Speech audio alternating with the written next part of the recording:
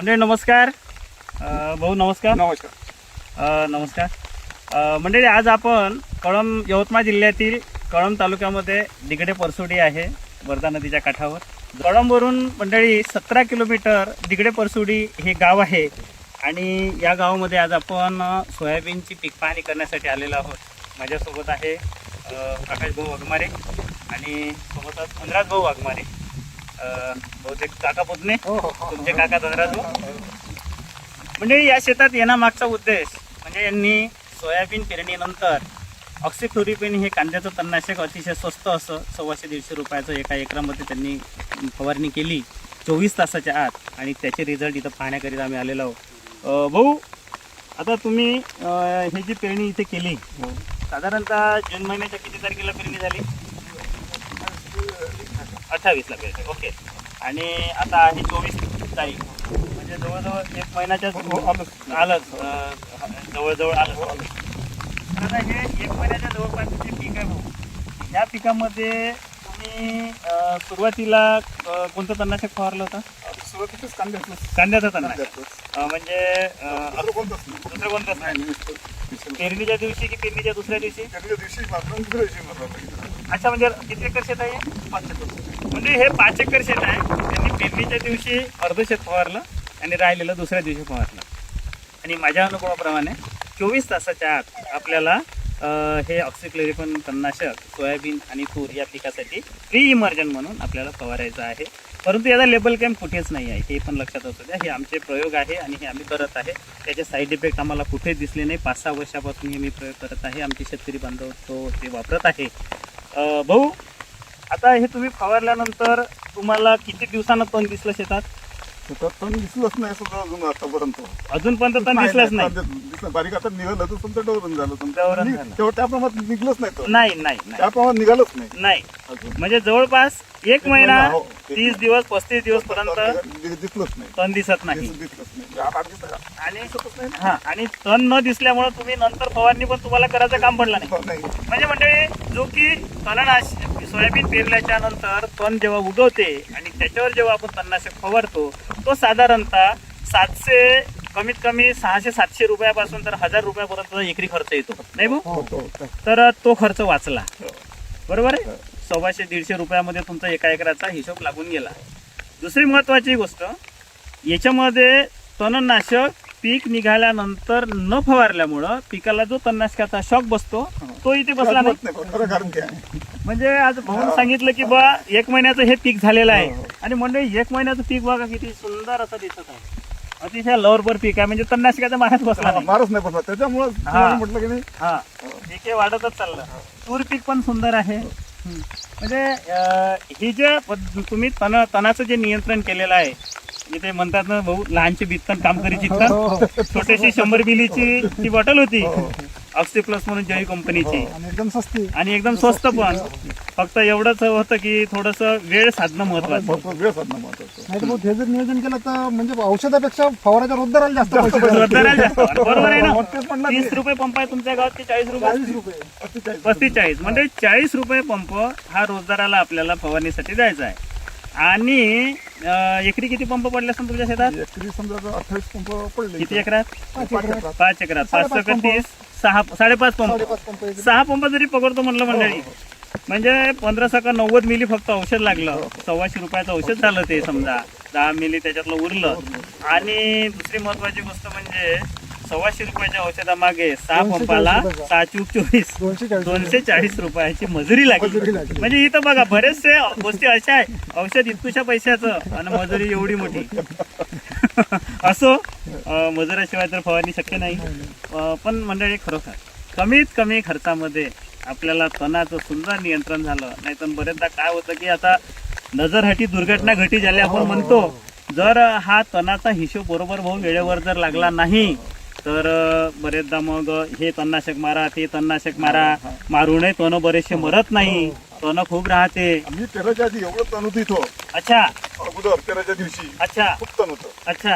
मग नंतर पेरलं, म्हणजे बारीक बारीक तण पेरलं, म्हणजे वरचे जे पाऊस आलते त्याच्यामुळे तण झालं. गेलो होते ते मरून गेले कांद्याच्या औषधात. अरे बापरे, म्हणजे बघा वाशिंगचे हे जे म्हणतात ते सुद्धा गुंडाळून गेले आता खतम झाले. लिहिलं होते तिकडे होते पप्पा दिसते आता. अच्छा, म्हणजे शेत पेरताना शेतात बारीक ऊत निघालेला होता तणाचा, तो सुद्धा निघालेला होता, मरून गेला आणि जवळजवळ आपल्याला 30-35 दिवसापर्यंतचं नियंत्रण पण मिळालं. पण खरंच म्हणजे पीक पण छान वाटते. खूप असे जर म्हणजे छोटे छोटे चांगले जर आपण प्रयोग करत गेलो तर शेती सोपी कशी करता येईल हा माझा एकमेव उद्देश राहते. कारण प्रत्येक शेतकरी हा बहुत त्रस्त झालेला आहे शेतीमध्ये.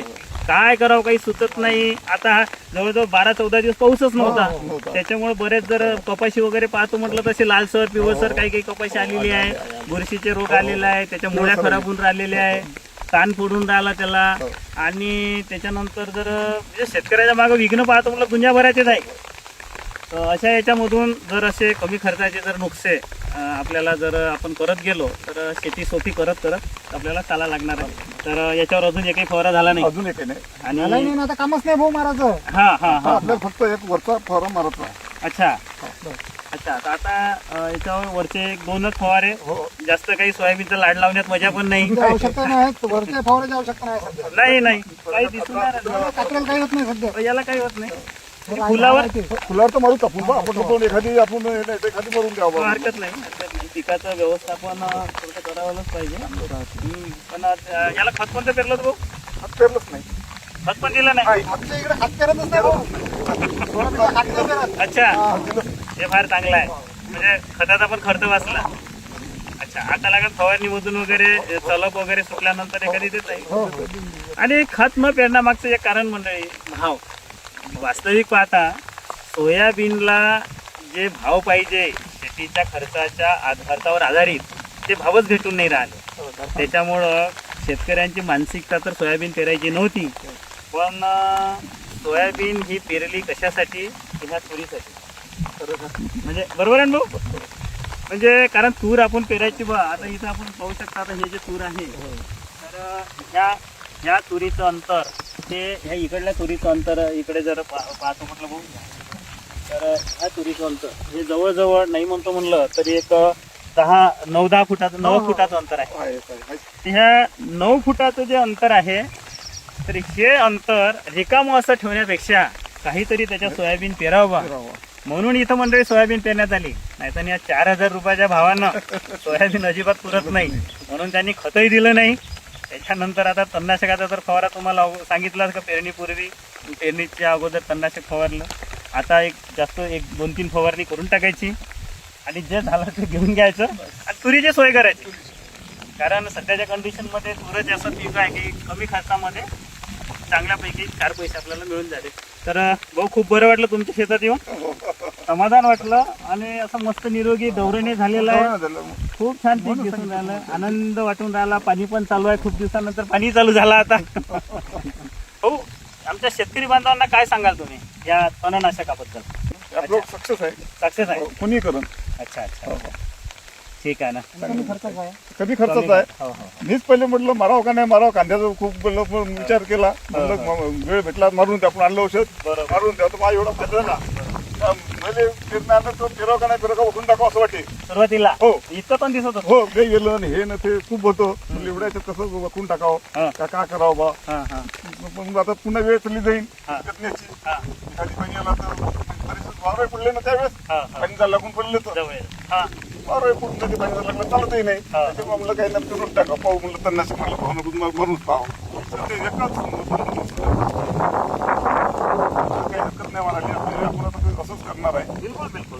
बरं म्हणजे नाही असलं तर पेरणं चालू द्यायचं आणि आपलं फवारणी व्यवस्था करून द्यायची म्हणजे असं करायचं. बिलकुल बिलकुल. खरंच खूप छान. म्हणजे बरं विशेष म्हणजे सुरुवातीपासून तुम्हाला असा काही पिकाला मार किंवा नाही असं काही काहीच वाटलं? काहीच नाही. म्हणजे साईड इफेक्ट काही काहीच जाणवलं नाही नाही? झालं त्याचा काहीच नाही झालं. अच्छा. काहीच निघाले नाही मस्त निघालं. काहीच साईड इफेक्ट नाही. सोयाबीनलाही नाही ना तुरीलाही नाही. अच्छा, दोन्ही पीक आहे नाही तर दोन्ही पीक सुंदर आले. दोन्ही पिकावर कांद्याचं तणनाशक मारलेलं आहे. हो, नाही, हो, काहीच नाही आले. त्याच्यामुळे काहीच नाही. नाही नाही नाही. समजा आता आज जरी आपण तुरी टोपल्या आणि त्याच्यावर जर पाठीमागून तुम्ही मारा मारलं तर तर काही हरकत प्रॉब्लेम नाही आहे. बिलकुल बिलकुल.